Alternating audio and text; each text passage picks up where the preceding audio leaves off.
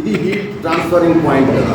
ఇప్పుడు ఎక్కడ చేద్దాం అనుకున్నావు నువ్వు? ఇక్కడ చేద్దాం అనుకున్నావు, ఇక్కడ చేసి ఇక్కడ చేద్దాం అనుకుంటున్నావు. దాన్ని అక్కడ పెట్టి ఇక్కడ పెట్టిన తర్వాత అది హీట్ అవుతుంది కదా. అది హీట్ అయినప్పుడు దీన్ని పంపిద్దాం, అప్పుడు దీన్ని తీసేద్దాం. అయినా నీకు బాగానే అయింది, కరెక్ట్గానే అయింది కదా. ఓకేనా? ఇప్పుడు దీన్ని తీసేస్తున్నాం. అచ్చు ఎంత బాగా అయిందో. అలాగే మనం ఏం చేయాలి, ఎక్కడైతే మనం సాల్డర్ చేద్దాం అనుకుంటున్నామో అక్కడ 45 degreesలో హీట్ అక్కడ తీసుకెళ్తాం. అక్కడ తీసుకెళ్ళిన తర్వాత హీట్ అయిన పోర్షన్ దగ్గర మన సాల్డర్ వైర్ని అక్కడికి పంపించాం. ఆ తర్వాత దాన్ని కొంచెం సేపు ఉంచి అక్కడి నుంచి దీన్ని తీసేస్తాం. అప్పుడు దీంట్లో పెట్టేస్తాం. ప్రతిసారి సాల్డర్ వైర్ని స్టాండ్లో పెట్టేయాలి.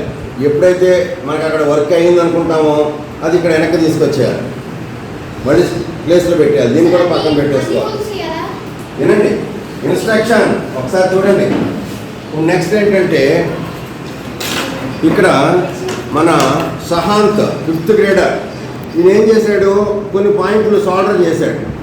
చేసిన తర్వాత ఆ ఎక్స్ట్రా లీడ్స్ని కట్ చేద్దాం అనుకుంటున్నాడు. కానీ ఆ టైంలో తన చేతితో పట్టుకోలేదనుకో, నొక్కినప్పుడు ఆ లీడ్స్ పైకి ఎగురుతాయి, కంటిలోకి తగలవచ్చు. అందుకని మనం ఏం చేస్తున్నాం, ఇన్స్ట్రక్షన్ ఏమిస్తున్నాం, దాన్ని పట్టుకుని మాత్రమే కట్ చేయాలంటున్నాం. దేన్ని కట్ చేయాలన్నా లీడ్ని పట్టుకుని మాత్రమే కట్ చేయాలి. ఓకే సహాన్, ఆ ఎన్నైతే సాల్డర్ చేసావో అవన్నిటిని నువ్వు ఆ లీడ్ పట్టుకుని కట్ చేసాయి.